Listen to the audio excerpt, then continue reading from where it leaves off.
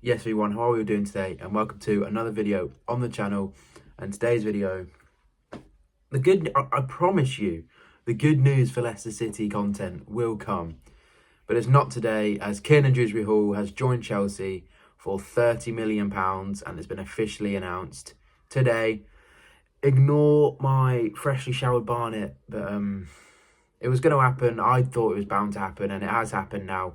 Kiernan Dewsbury-Hall has joined Chelsea for £30 million. So, obviously, this move is completely about FFP, unless they're trying to raise money to not get a second points deduction this season or in the seasons to come from the EFL for last season's accounts. But it hurts because we've just got promoted to the Premier League and we've arrived in the Premier League. We've appointed Steve Cooper. I didn't do a video on that. I probably should have done. But I'm not against the appointment. I've got no issues with it. I think it's probably what we need in the current circumstances to try and keep us in the Premier League. But then we go and lose our best player. Our best player goes. And obviously we thought he was going to go, but how many teams get promoted and then sell their best player? I guess Sheffield United did it last season when they sold Sander Berge to Burnley, and we saw how that ended for them. So it's tough. But in today's video, I'm just going to discuss, is there positives to come from it? Obviously, there's the negatives, but I'm going to try and discuss the positives of the Kiernan Dewsbury-Hall sale and how we can push on now and we have to get in the transfer market to make something happen.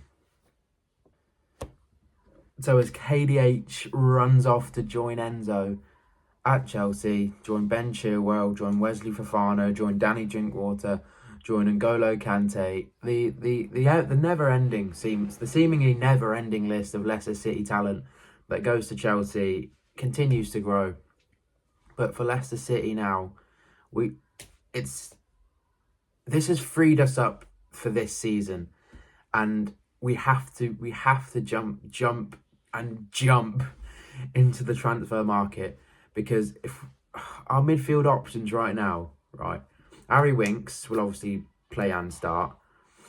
Boubakary Soumaré, I hope he's sold, because God forbid we have to watch him in the Premier League again. And Hamza Chowdhury. Yeah.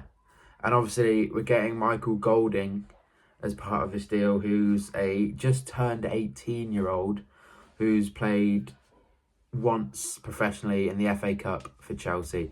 So to put our faith in that midfield and players like that, it's not going to flow, and we will not stay up without 80 plus million pounds worth of investment now. And obviously we can get that from selling Christensen, Soumaré, anybody else who's expendable. Obviously Fatawu is meant to have joined yesterday, but yet again there's more radio silence from the club, who haven't announced a new kit. They haven't announced Fatawu. We haven't seen any Steve Cooper content for about seven days. Maybe when the players come back tomorrow, it'll all start to ramp up, but it has to ramp up quickly, as the Tottenham game is now, what's the date today? It's 2nd July. The Tottenham game is just over a month away. And once again, we're showing signs of lacking behind our opponents, which is what got us relegated in the first place, and what nearly made us bottle promotion when we should have invested in January, and we didn't. And then the second half of the season, it was Enzo, it was the lack of players, but we did nearly bottle promotion. Don't ever forget that. And it was thanks to Kiernan that we actually managed to just about scrape ourselves over the line. It was individual performances that got us back into the Premier League, and now we've lost our best player to Chelsea for 30 million. And Kiernan at Chelsea, he's got competition. I just don't see where he's going to play. And obviously I understand it for him. He gets his big career move, and if you fail at Chelsea, you then have a middle ground move. You go to Newcastle or something like that. But he's got Enzo Fernandez, Moises Caicedo, Carney Chukwuemeka, Cole Palmer, Conor Gallagher. He's gonna be on the bench. It's gonna be up to him to work his way into the starting 11, which I have no doubt they will manage to do. But it's a weird one. It's just Chelsea splashing money because they can again, and it's coming to haunt the lower level teams who for some reason seem to have different rules. I'm not going to go into it today, but how can Chelsea spend £1 billion and sell absolutely nobody for pure profit. They've made honestly, I don't like. They make losses on every sale and they spend billions of pounds.